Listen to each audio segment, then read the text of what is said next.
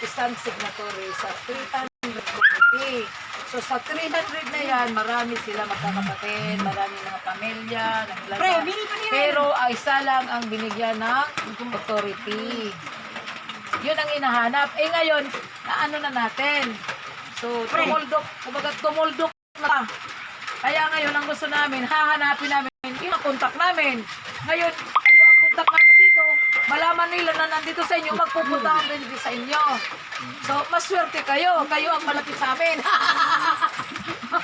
O, di ba? Yung sinasabi ko, swerte nyo. Kasi kami nag-iikot, doon po yung sa mga kausap namin. Si Kuya, si Pastor, una ko yung nakilala. Oo. So, ayun, ito naman si ano, nakita niya kasi yung mga post ko. Siguro, yung mga post ko, nagba-viral. Kaya nag-like din sa akin si Pastor Riley. Inikinilala niya ako.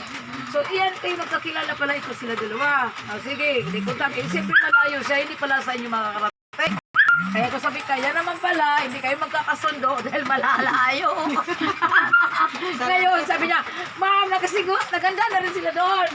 Eh, ang way namin, galing kami ng Cotabato City, way to diversion. Kasi sabi ko, di nagtanong ako, yung kausap namin doon sa mga blaan, sabi nga nun, sabi ko, saan ba ang way to Giamba? Sabi, ma'am, ito na yun.